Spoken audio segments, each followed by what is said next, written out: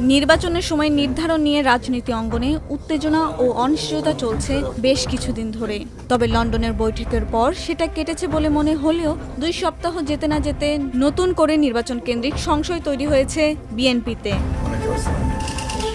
বিএনপির সংশ্লিষ্ট সূত্র বলছে, লন্ডনে যেসব আলোচনা হয়েছে তার কোনো প্রভাব নির্বাচন কমিশনের কাজকর্মে দেখা যাচ্ছে না। তাই তারা মনে করছে জাতীয় নির্বাচন পিছিয়ে দেওয়ার একটা ইঙ্গিত মিলছে। 28 জুন শনিবার নির্বাচনের এসব নানা বিষয় নিয়ে সাংবাদিকদের সঙ্গে কথা বলেন বিএনপির স্থায়ী কমিটির সদস্য। আগের সপ্তাহে যে নির্বাচন অনুষ্ঠানের জন্য যে একটা সম্মত প্রস্তাব এসছে, মাননীয় প্রধান উপদেষ্টা এবং আমাদের নেতা জনাব তারেক রহমানের মধ্যে একটি আলাপ আলোচনা হয়েছে, সেটা প্রেসে ওনারা প্রকাশ করেছেন যৌথ বিবৃতির মধ্য দিয়ে। সেটা তখনই কার্যকর হবে যখন উনি ইলেকশন কমিশনকে একটা যথাযথ প্রক্রিয়ার মধ্য দিয়ে সেই মেসেজটা দেন, ইনস্ট্রাকশনটা দেন, এবং প্রধান উপদেষ্টার কার্যালয় থেকে এবং নির্বাচন কমিশন থেকে অথবা উভয় পক্ষ একই সাথে প্রেসে যখন বলবে, জাতিকে যখন জানাবেন, তখনই আমরা প্রকৃতপক্ষে আশ্বস্ত হব। গত বৃহস্পতিবার বিকেলে অন্তর্বর্তী সরকারের প্রধান উপদেষ্টা অধ্যাপক মুহাম্মদ ইউনূসের সঙ্গে বৈঠক করেন প্রধান নির্বাচন কমিশনার এএমএম নাসির উদ্দিন। দীর্ঘ সময় তারা একান্তে কথা বলেন।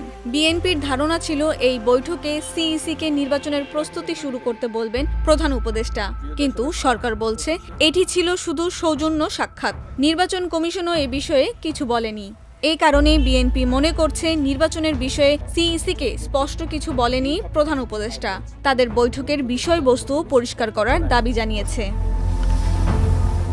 13 জুন লন্ডনে প্রধান উপদেষ্টা অধ্যাপক ইউনূসের সঙ্গে বিএনপির ভারপ্রাপ্ত চেয়ারম্যান তারেক রহমানের বৈঠক হয়। এরপর বিবৃতিতে বলা হয়, সব প্রস্তুতি শেষ করা গেলে 2026 সালের পবিত্র রমজান মাস শুরু হওয়ার আগের সপ্তাহেও নির্বাচন আয়োজন করা যেতে পারে বলে বৈঠকে প্রধান উপদেষ্টা বলেছেন।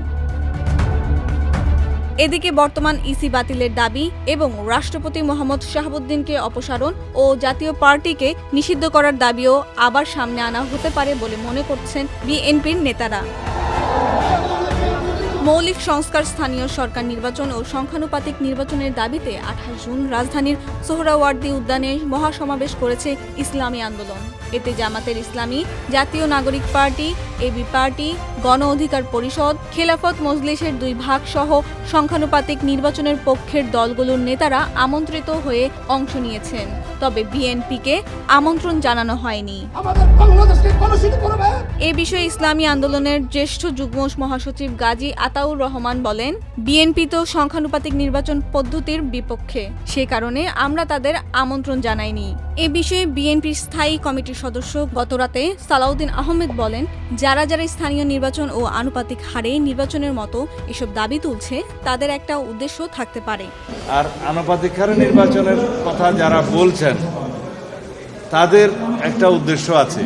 যারা স্থানীয় সরকারের নির্বাচন জাতীয় সংসদের নির্বাচনের আগে চায়, তাদের একটু উদ্দেশ্য আছে, হয় নির্বাচন বিলম্বিত করা অথবা বাংলাদেশের নির্বাচন না হওয়া। এটা তাদের উদ্দেশ্য থাকতে পারে। এইসব বিষয়ে রাজনৈতিক বিশ্লেষক মহিউদ্দিন আহমেদ বলেন, আমরা ধরে রাখতে পারি কোনো বড় ধরনের দুর্ঘটনা না হলে আগামী বছরের ফেব্রুয়ারিতে নির্বাচন হবে, যেহেতু এটার কমিটমেন্ট হয়ে গেছে। বড় রকমের দুর্ঘটনা না হলে আমি এতে সমস্যা দেখি না। এক্ষেত্রে দলকে দৃশ্যমান রাখার জন্য এবং সরকারকে চাপে রাখার জন্য বিএনপির নেতারা অনেক কথাই বলবে। এগুলো এক ধরনের রাজনৈতিক কৌশল।